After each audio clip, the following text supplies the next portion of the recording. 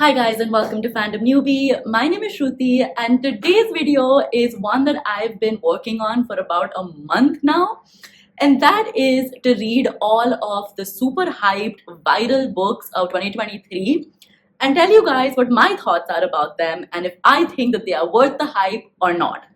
Now, I chose these books based on like a Goodreads list that I saw, and I also chose them based on like the hype that I've seen online around these books. Like some of these books have been mentioned by so many bookstagrammers and booktubers in 2023. So like I just had to read them. Yup, without further ado, let's just jump straight into the video. Hi guys. Okay, so I just finished reading Yellowface by R.F. Kuang. Basically, the premise of this book is that it follows our main character, June Hayward, who is just a vile, disgusting, racist person. And she's friends with Athena Liu, who is a brilliant author who's had like best-selling novels written. And basically, Athena has the life that June wants. June wants to be a best-selling, famous, published author. So one day when Athena tragically dies in an accident, and June is there to witness it, basically June kind of like chance pe dance maros and she steals Athena's unpublished, unfinished work, finishes it, and then publishes Athena's work in her name. And so the backlash that follows when some people get to know that June has done this, and the kind of guilt and mental health sort of distress and trauma that June goes through is the basic premise of this book. Now, when I read that premise and also the name of this book, what I expected was to get like deep insight into the publishing industry, deep insight into the racism that takes place in the publishing industry. And also, I expected this sort of like Hamlet-esque guilt story where the main character kind of like goes crazy or goes mad in the process because she's so guilty of what she's done. What I got, however, was a really fast-paced thriller that's well written. Like the prose is really good, the characters are well developed, and R.F. Kuang knows how to grip readers and like keep them hooked to the story. Like this is a page turner. However, when it came to the parts of the publishing industry where I thought that she would give like a deep critique of, or parts of like racism in the publishing industry, that to me just felt kind of meh, to be honest. What I wanted the book to explore were themes like who is allowed to tell stories of trauma that they haven't experienced firsthand, who is allowed to tell stories of different communities and different races that they don't belong to. What role does privilege and your background, what role does that have to play in the eventual success of an author within a publishing industry that might be racist? Like these are the points that I wanted the author to explore. And while she did explore all of these themes in the book, because the mouthpiece of these discussions is through June, who is inherently a very racist, disgusting, vile person, they didn't get the depth that they deserved. They didn't get the importance that they deserved. They didn't get the nuance that these discussions deserved. Also, because a lot of the backlash that June faces is basically just like Twitter discourse, Twitter backlash, and cancel culture, I feel that part of the story was also just really superficial and meh. Yeah. So basically, I understand the hype around this book because it is well written. It's just like it starts off strong and it hooks you as a reader, but because it didn't give me at least enough nuance and depth that I wanted out of an R.F. Kuang book, the ending for me became a little bit boring, repetitive, and just blah. So yeah, I understand the hype around this book. Do I think it deserves the hype? No, I don't think it does. I've given this book 3.75 out of 5 stars.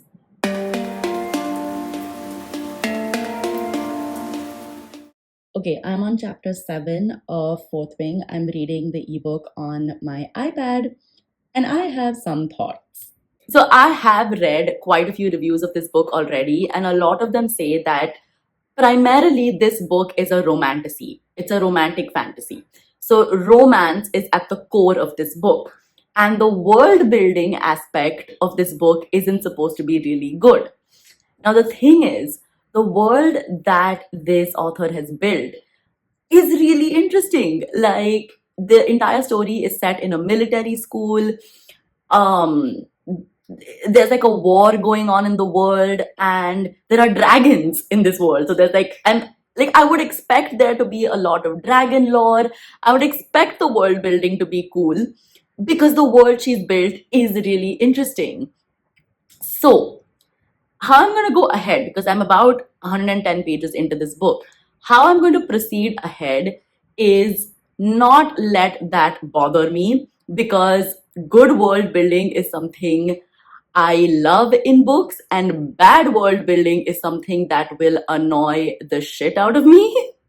So, I am going to try to read this as a romantic fantasy. I'm going to focus on the romance and everything that's happening there and not let the world building bother me, because I know that I'm just going to get like all riled up.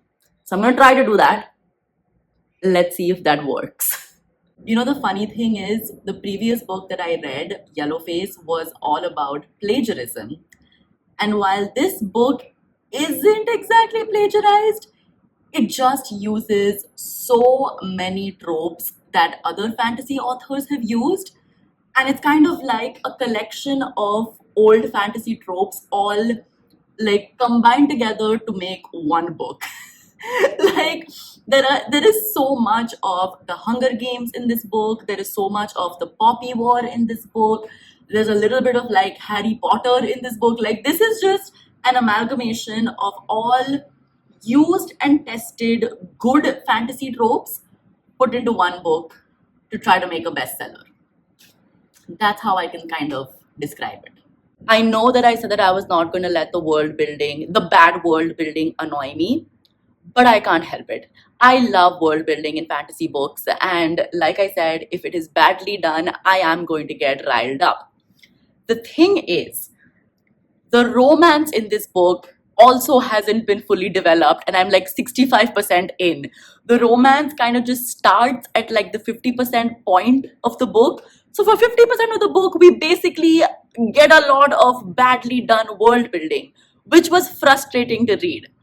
The other thing is, and this is just a me thing, the romance in this book uses the heavily done enemies to lovers trope, and those are the kind of books that I hate reading. I hate that trope because most of the times it's not well done. In this book, it's not badly done. I think like the reason why the two main characters, Violet and Xaden, hate each other is justified. It's just I don't like that trope. So this is a me thing. I'm not enjoying the romance because of this enemies to lovers thing about it. But here's my take on the bad world building. So the world in which this story is set in, called Navarre, is in a state of constant war, and the war has been going on for like 400 or 700 years or something like that. I'm 65% done with this book, and I still don't know why this war is taking place. Like, there are a few mentions of why it's going on, but the actual reason still hasn't been disclosed. Secondly, there are mentions of a rebellion which happened, where basically the citizens of Navarre, they rose up against their king. Again, it hasn't clearly been stated why this rebellion took place. And this rebellion is one of the central conflicts between the two main characters and why they hate each other. The other thing is, this entire story takes place in a military school because this country is in a state of war and they need soldiers for the war. But the way that this school is spoken about is just extremely immature. Now, the deadliest section of this school is the Riders Quadrant, where basically people go to train to become dragon riders, who then go to the front lines and are a part of the war. But the way that these students behave in the Riders Quadrant is so immature. Like, they're killing each other for sport, or they're killing each other to like get rid of weaklings in the school, or they're killing each other to steal each other's dragons.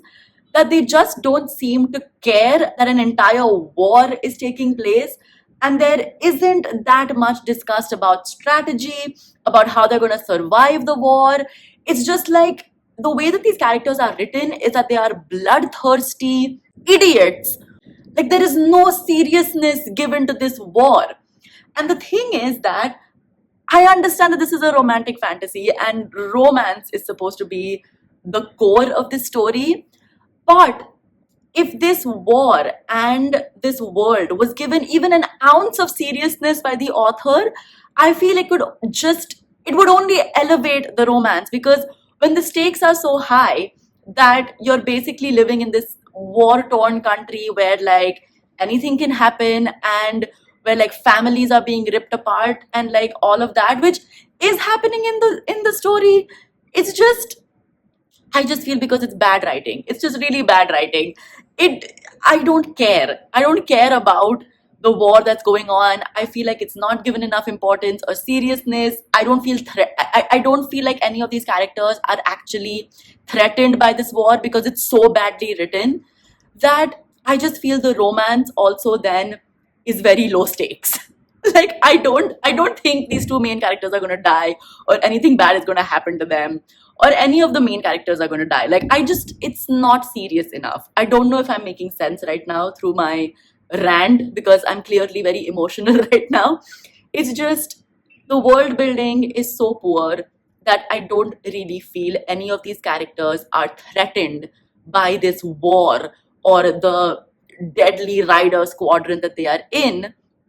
And so the romance just feels low stakes right now, if that makes sense. Okay, so I finished reading Fourth Wing by Rebecca Yarros, I think that's her name.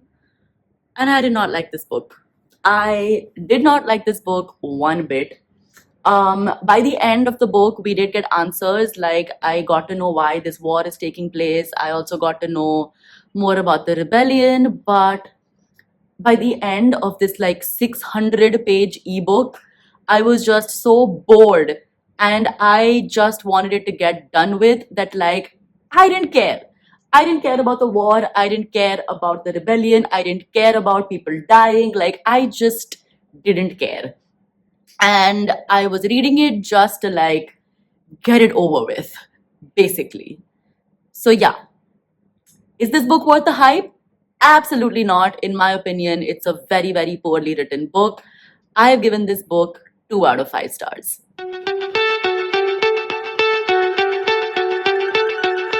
I'm 50 pages into this book and I'm in my happy place right now.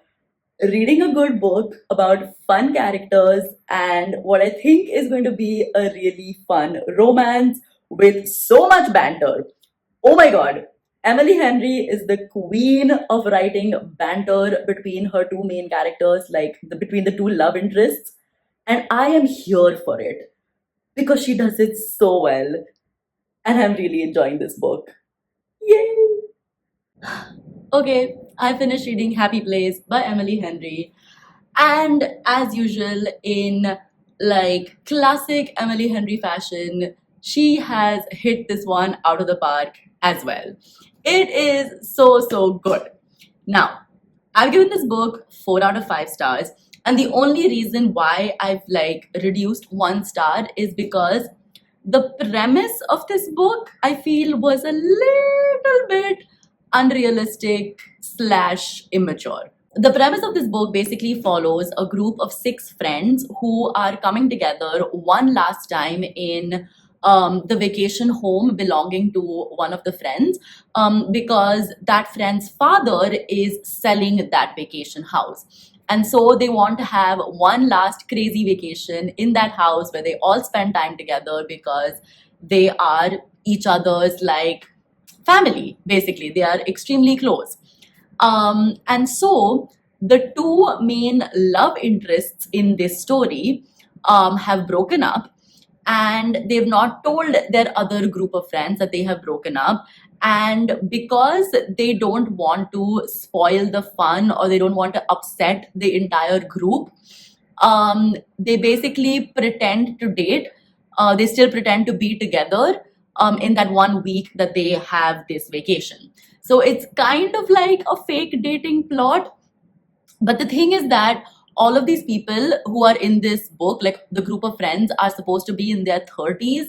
And I just feel like a group of mature individuals in their 30s can handle the news that their two friends have broken up. Like, I don't think it's as earth shattering as if you're like maybe in your late teens or in your early 20s.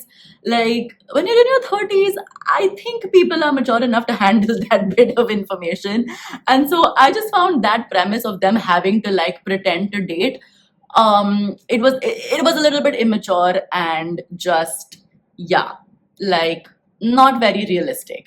But anyway, basically, what this book does really well is depict this friendship, because the themes that this book explores is just how, as you grow older and as life gets like real, basically how friendships evolve and how you drift apart. Yeah, like friendships don't stay the same way as they were before, and I think those themes are explored beautifully in this book. The characters in this book are super fun and quirky and funny, and the love interest, like the love story which is there in this book, that is also quite sweet. And yeah, overall it's just a really fun, cozy read, which is perfect if you're looking for a book about friendship, about love, about found family.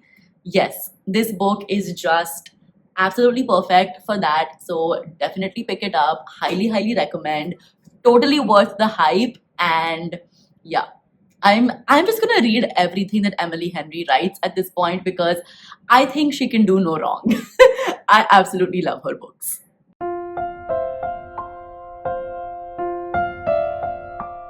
Okay, so I just finished reading Emily Wilde's Encyclopedia of Fairies by Heather Fawcett, and I absolutely loved it. This is how you write a romantic fantasy. Like, seriously. Anyway, this basically follows our main character, Emily Wilde, as she is writing her Encyclopedia of Fairies. So basically, Emily Wilde is like this scholarly character who has done her PhD in dryadology, which is the science of studying fairy lore and fairies. And she like travels the world to encounter different species of fairies, and she documents her findings in her journal, which later she will convert into her encyclopedia. So the way that this book is written is basically as entries in Emily's journal. So we're reading essentially her journal through this book. And it was just such a cozy and whimsical and like fun read.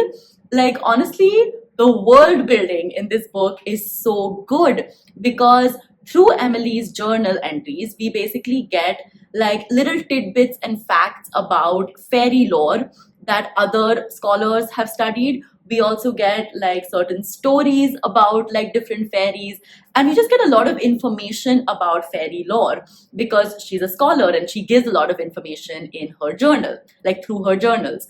And so the world building in this book is absolutely fantastic.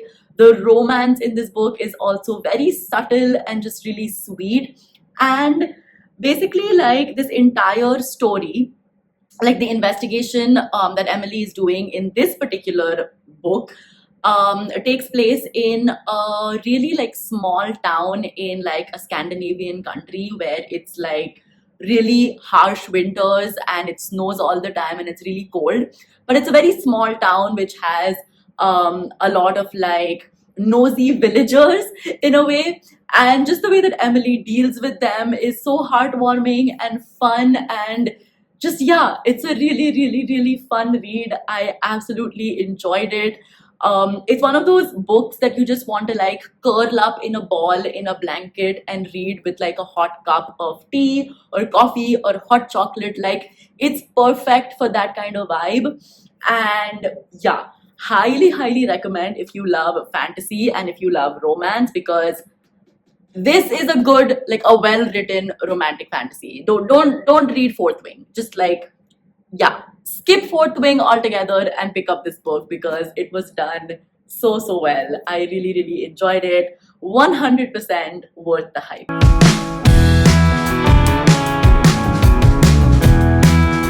Hi guys. Okay, so I have reached page 40 of Love Theoretically by Ali Hazelwood, and I'm gonna take the executive decision of DNFing this book. Honestly, I just don't think these kind of romance books are for me. Like, I do not like those books which have a brooding, tall hulk of a male protagonist that the female protagonist is a little bit scared of, a little bit like overwhelmed by his size. Like, I don't like those books. They just make my eyes roll. And yeah, I don't get the hype. Like, it's just really cringe for me. Also, I've already read some really questionable writing. Like, let me give you an example. Settle down, Elsie, he says against the skin of my cheek, terse as usual, but also incongruously soothing. He's close, too close. I'm close, too close. Not nearly close enough. The sweet oblivion of death. What does that mean? Like, I don't know. Am I the only one who doesn't like romance like this? Like, I I don't get it. I don't get it. It doesn't make me feel like hot and bothered. It doesn't make me feel anything except for just extremely cringe and angry. Like, I don't know. I don't know. Like, it's unfair for me to say that this book isn't worth the hype because I literally just read the first 40 pages or so. But yeah, like maybe it gets better. I don't know. It's just, I know that these books are not for me. I don't enjoy them. I don't understand the hype. And honestly, I don't want to go back into a reading slump because I have struggled with that a lot this past year. And I don't want to go into the new year with a slump because I read a book that I just knew I wouldn't enjoy. So I don't know if this is worth the hype or not. For me, it's not my kind of book. And so, yeah, that's where I'm going to leave this. My first DNF of the year. So yeah, that was my video for today. I hope you guys enjoyed it. If you did, give it a big fat thumbs up. Leave a comment down below letting me know what you thought about these books. Like, have you read them? Did you like them? Did you not like them? Let me know because I would love to hear your thoughts. And of course, do subscribe to my channel for more book related videos. I'll see you guys next time. Bye.